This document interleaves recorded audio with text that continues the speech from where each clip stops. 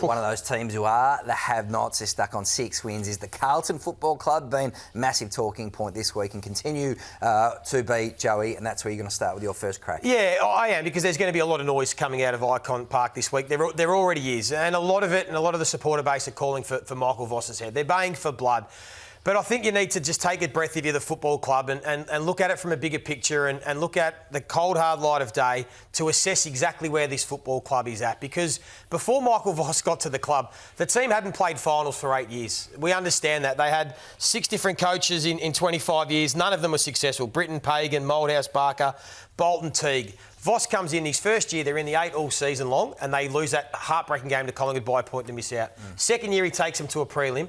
Last year, they make finals and they're injury ravaged against Brisbane Lions at the Gabba. They were never a chance. And yes, they've been poor this year. We understand that. And they were certainly one of their poorest performances on the weekend. There is no doubt about that.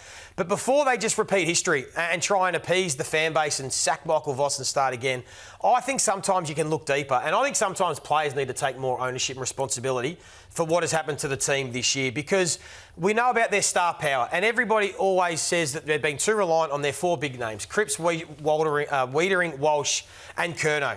And I think we have seen exactly why they've been too reliant on them. Because over the past 3 to 4 years, and particularly this year, when they haven't been at the top of their game, it is the next tier that has let them down.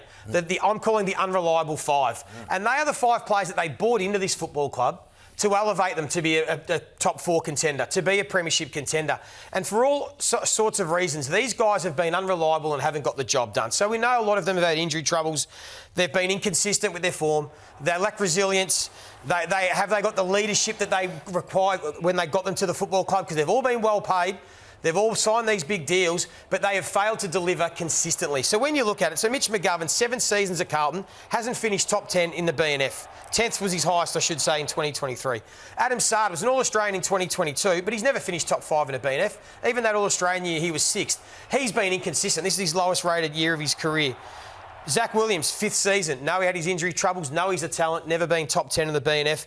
Blake Acres, as consistent and as reliable as he is with his effort, his kicking has become a liability now. He's been bottom 5 in the competition 2 years running for kicking. You can't have that with a team that we know lack the skills. And Adam Chera, probably a bit harsh because he's had a 4th in the best and fairest, but I know you've been big on him, Kingy, but they signed him and have re-signed him to step up when the others haven't been able to perform at their best, and he hasn't done that. He's not a guy that elevates the group. He just goes with the flow. So for me, before you tip over Michael Voss, I would look at maybe looking to move on some of these guys that haven't got the job done, because I think individually they are all good players and they'll all get an opportunity at another club that can fill a need.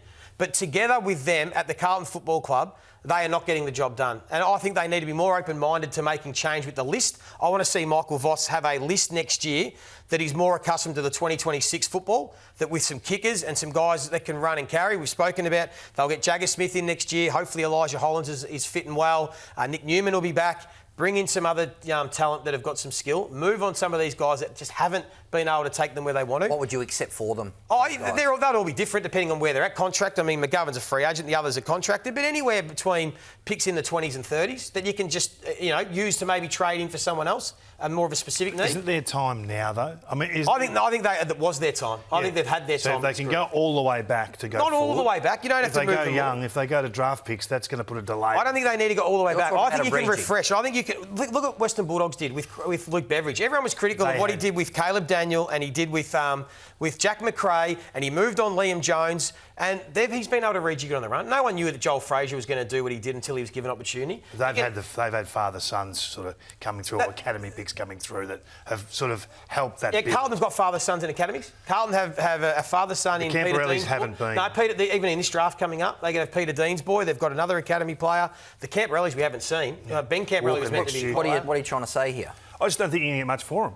I just don't think there's many clubs that would buy them. Would you rather that than go back and get some kids, or just keep going with the same players that haven't been able to get it done? I think they're paying the price for sins of the past. Yeah, recruiting. And that's their lot. That's their lot. They've made these decisions, and you've got to live with them. Now, I think you can rejig. I don't think you have to rebuild and go back anymore. Look at what Collingwood What's the most you'd get for Adam Sard? Someone would give up a future second round.